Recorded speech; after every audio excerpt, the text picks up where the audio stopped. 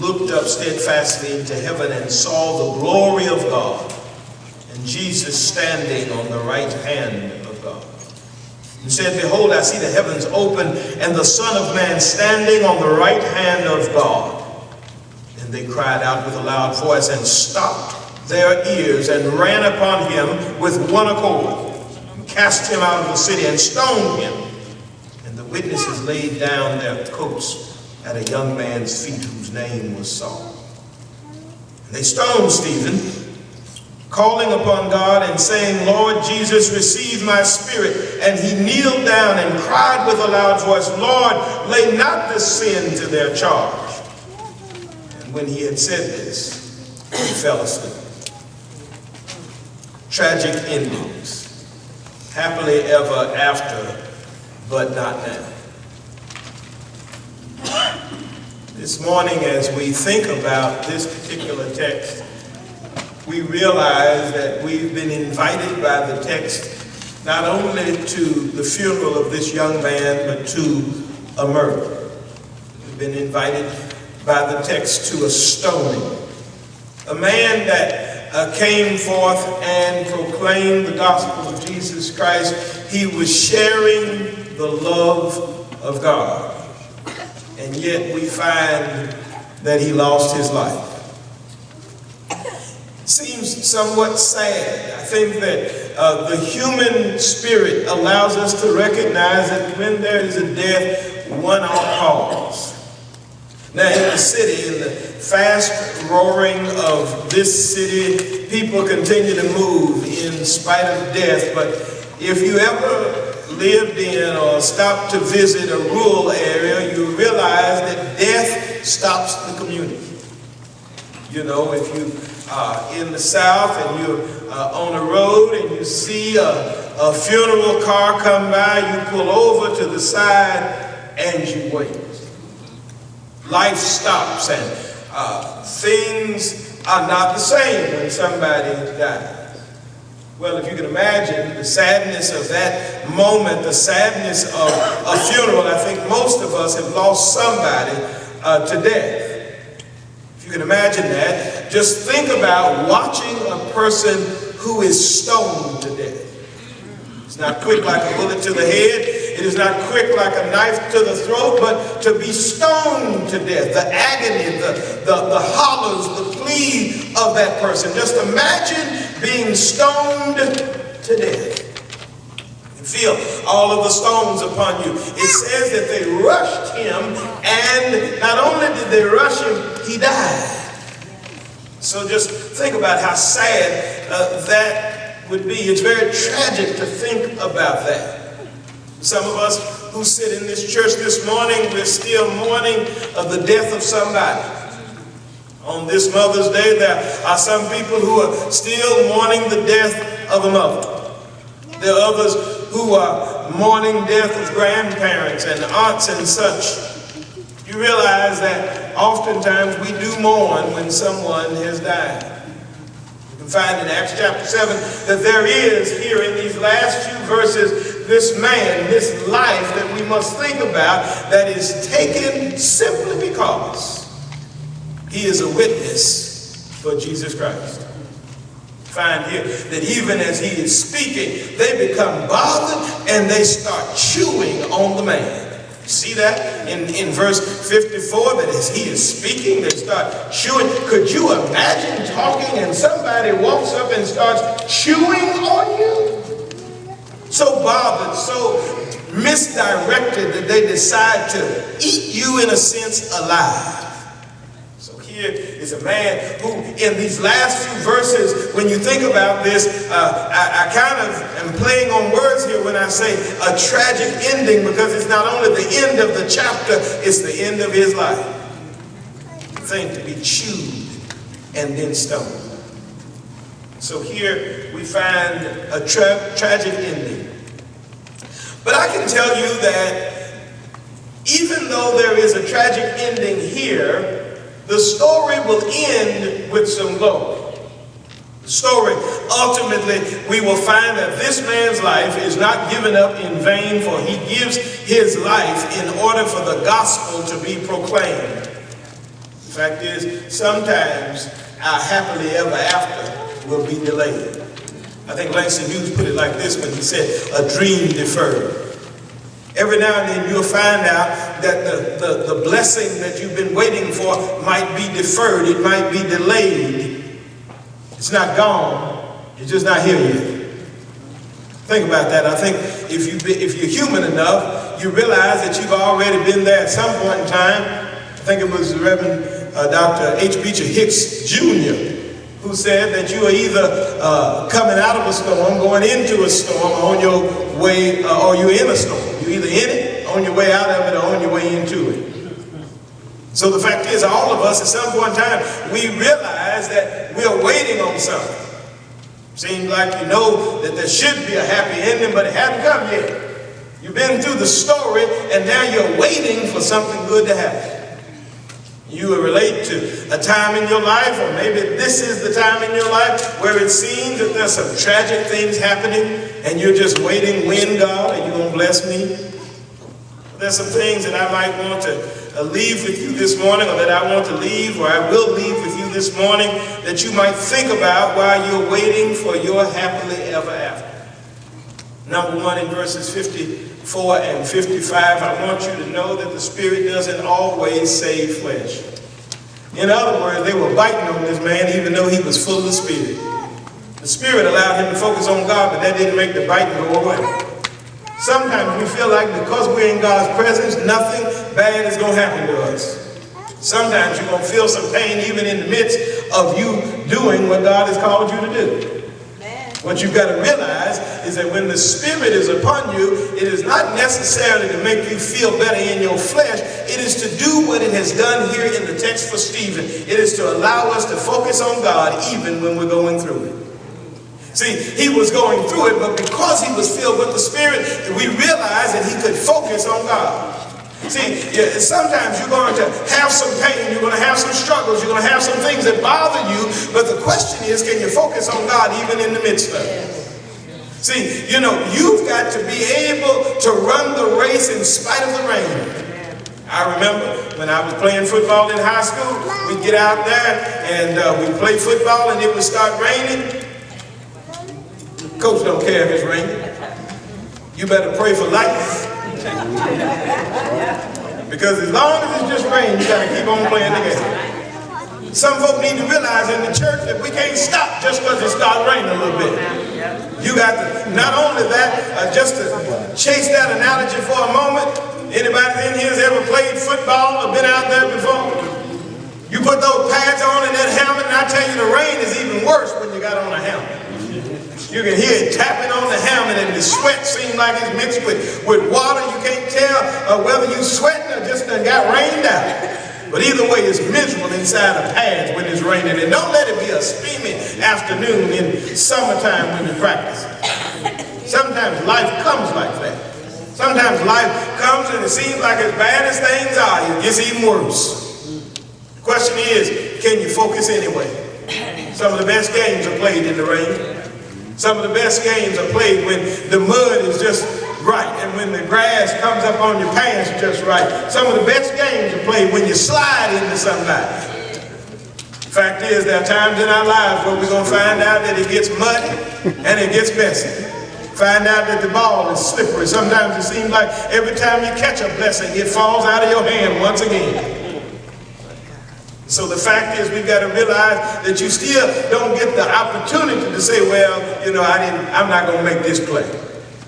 Whatever the coach calls in, you still got to play it. You still got to be focused on what he said to do in spite of whatever else is going on the field. And so the fact is, in our own personal life, maybe you're going through hell and high water right now, but you still got to stay focused on God no matter what's going on. Because every now and then you're going to find out that there are going to be some folk that's going to hate on you. They're going to try to eat you alive, just like they were doing Stephen, but he was filled with the Spirit. Might not have saved his flesh, but he sure enough had his mind right. See, the fact is, one songwriter said it like this, said, I stepped in the water and it chilled my body, but it couldn't touch my soul. Aren't you glad today that no matter what you go through, Job can even come in here and tell us that we can go through a whole lot of things, but as long as our mind is stayed on Jesus. See, sometimes you're going to have a tragic ending. Sometimes there'll be a happily ever after. It just won't be for now. Yes. You got to wait for your dream. You got to wait for your blessing. You got to wait and realize that God is still in the blessing business. Not only that, as the Holy Spirit was upon him, it said in 56, it says, and he said, behold, I see the heavens open and the Son of Man standing on the right hand of God. Then they cried out with a loud voice and stopped up their ears and ran upon him. You need to know that others might reject what you see. Others might reject what you see. See, sometimes, Sister Mara Fisher, we want people to see what we see. We want people to agree with what we see. And then we find out that there's some negative people around us that refuse to see what you see. He said, now look, you heard people say, now look at God. Essentially, he said, look at God. And they stopped their ears. They said, we don't want to hear your blessing. We don't want to be bothered with what you see right now. They stopped their ears so that they could not hear the blessing of God. There are people in your life that will stop up their ears just so they don't have to hear what God is doing for you. There are negative people, no matter how positive you try to be, they still are going to be against you. Don't you think that everybody is with you? But don't you think that your dream and what you see and what you envision is wrong just because they don't see it?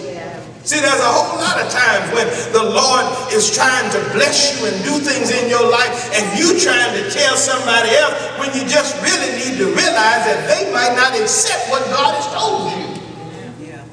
Sometimes we get bothered because they don't see it. Sometimes we get bothered because they stop their ears up. Don't you know that whatever God has said he will do, he will do it? He has the power to do it, and not only does he have the power to do it, if he said it, it's already done. And so we can have the faith based upon that. Doesn't matter what the naysayers say. Doesn't matter what your haters say. They might reject what you see, but you got to keep on anyway. When you see God, hold on to what you see. Not only that, you might realize in verse 58 it says, and they cast him out. Here's what they did. Not only did they stop their ears, if I might just show you something real quick. Look at the text. It says they stopped their ears and ran upon him how? With one accord. Realize that sometimes it's not just one person, it might be all of them. Because I hear people say, well, if I could just find anybody to believe in me. Sometimes ain't nobody going to believe in you. But what you see, if God showed it to you, Sister Turner, then you better go with that. Because whatever God has shown you is greater than whatever they can do against you. And so here it is. They ran upon him with one accord. And when they ran on him with this one accord, it said, and they cast him out of the city and stoned him. And the witnesses laid down their coats at a young man's feet whose name was Saul. And so what you need to realize is that there might be a greater purpose. There might be a greater purpose to what's going on in your life. See, yes, this was a tragic ending for this man, but there was something going on in the life of Saul. Saul will later become Paul, who wrote many of the letters that we find in the New Testament today. Saul, who becomes Paul, is one who will become very strong in his faith and will share the gospel of Jesus Christ and his impact upon the gospel, one that will continue to be felt throughout generations. See, sometimes it's not about you, it's about the next generation. Sometimes you must realize that what you're going through, if you just keep on with God, somebody else is going to be the fruit of the labor that God is putting in your life. See, sometimes you may wonder why you're going through the test and why you're going through the trouble and why you're going through the trial, but somebody's watching you. They're watching you and they're determining now what they will do based upon what you do. They're determining how they will act based upon how you handle the situation that's being given you. And so maybe there are times when you may be the tree trunk and you don't really see the fruit, but you got to stand there anyway. Trees don't get to fall down just because they don't have fruit in a particular year. There was an apple tree planted in the front of our old house. During the time that apple tree was planted there, in the first year or so, nothing happened. Nothing but leaves. And finally somebody told me, said, I think it was Brother Saunders told me, said, eventually that tree is going to yield some apples, but you can't eat the apples from the first year. So finally, after a while, that tree had some little indications that apples were coming. Sure enough, those first apples, they were not really any good. I didn't chop the tree down just because it doesn't always bear fruit. Sometimes in your life, you're going to find out that there are going to be some good years and there are going to be some bad years. But what I'm glad about is that the Lord is with us, whether it is in season or out of season. The Lord is with you and he's protecting you. You might not see the fruit now, but you can recognize that God will bless us in time. What we must realize is that God's blessings are always there. The question is, what will we do with them? 59, it says, and they stoned Stephen, calling upon God and saying, Lord Jesus, receive my spirit. You need to know that your happily ever after might not be now. The spirit doesn't always save your flesh like you want it to. Others might reject what you see. There is a greater purpose, but then you've got to stay on deposit with God. You got to stay on deposit with God.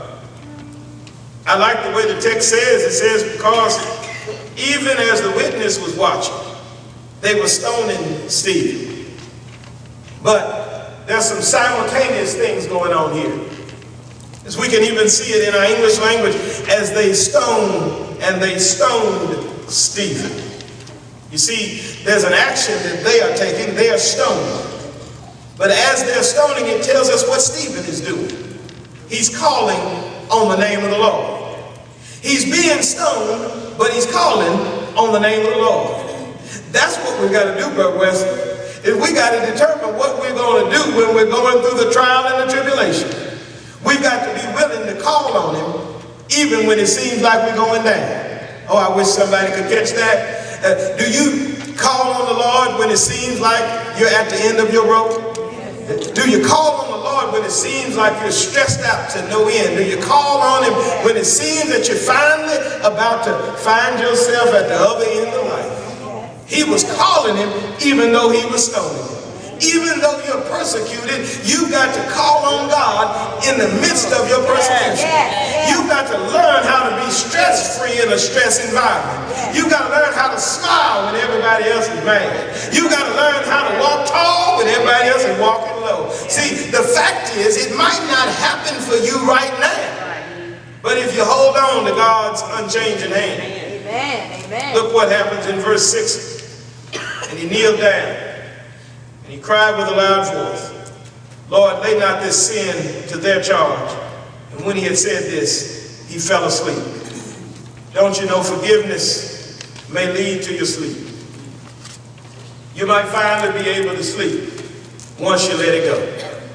See, this idea of sleep, we can look at it as we know he died, but we can also look at it in the sense that he found peace.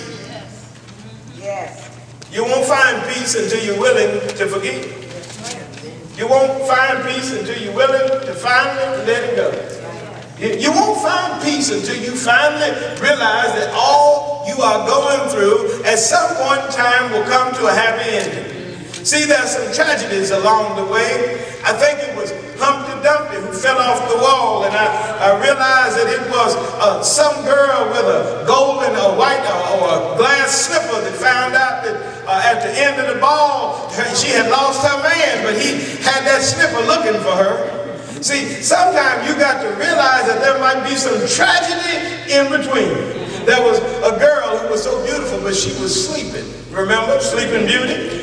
She had to wait till her man came along. See, sometimes you've got to wait, Frog Prince, because they turned you into a frog and you're waiting to be kissed. Sometimes you've got to go through the story. You've got to go through the trial and the tribulation. You've got to realize sometimes your haters might bite you because they're trying to eat you alive. Sometimes your haters might push you, shove you. Sometimes your haters might stone you, but you've got to keep your eye on the prize and know that God has us in spite of what you're going through. You might be going through hell or high water. There might be situations at your door one way and the other, one problem after another problem. You might be just like Job. It seems like when you hear about one thing,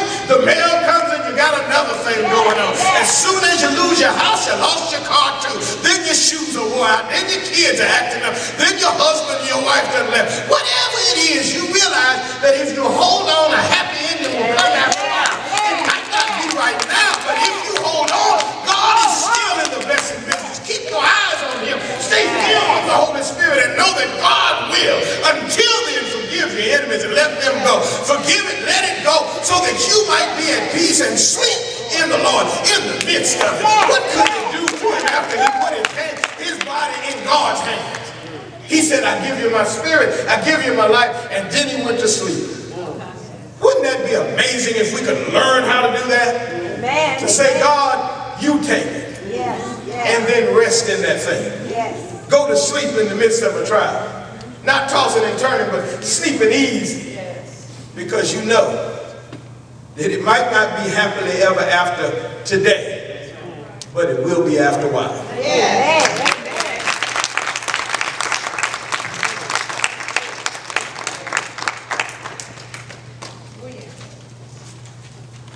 Any questions?